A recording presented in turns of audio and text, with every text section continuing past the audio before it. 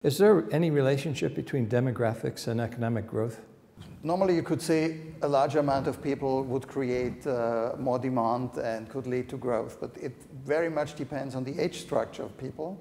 So usually when we have a declining fertility, initially declining fertility, and the number of dependent children in relation to the number of adults is decreasing, and the number of people in their productive ages is increasing, there's a so-called demographic dividend that could be reaped, which means that people have to pay less attention on time and money spent on children, and so a capital stock can be built up, and society and economy can invest more in fixed capital goods or in infrastructure. Yeah.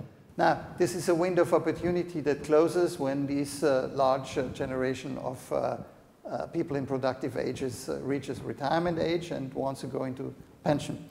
So the question whether a country and a society and the economy can reap the demographic dividend totally depends on the investment climate, the rule of law, also the educational system, and the educational system, the skills available. But China is a good example for such a transition.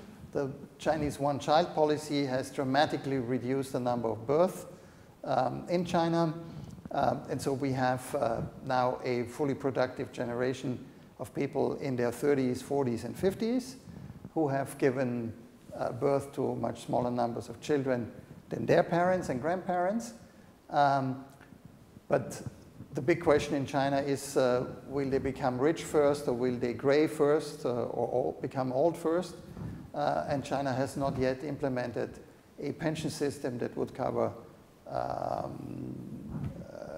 the totality of its adult population. So it's still a minority-based system, minority meaning it's aimed at middle-class people living in cities, but the people living on the countryside still are not covered by this system. So they rely on themselves and their family rather than in Western countries where people are increasingly relying on government. More than half the world population lives in countries where there is no universal pension or retirement system, so these people have to rely on their own ability to earn money or produce goods and services, and at the same time they have to rely on the help of their children. Extended families in the traditional sense.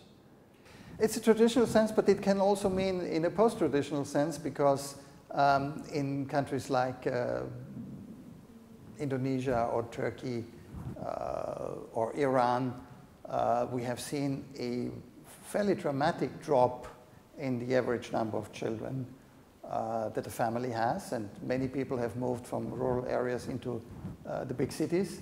So this is no longer a traditional economy and a traditional family system, but still support is expected from the children towards their parents. Whereas in North America or in Europe, we have just the opposite.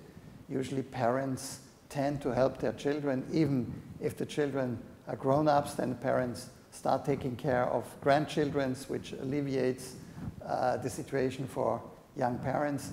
And usually parents tend to give money to their offspring, even if the offspring is adult and the parents are retired.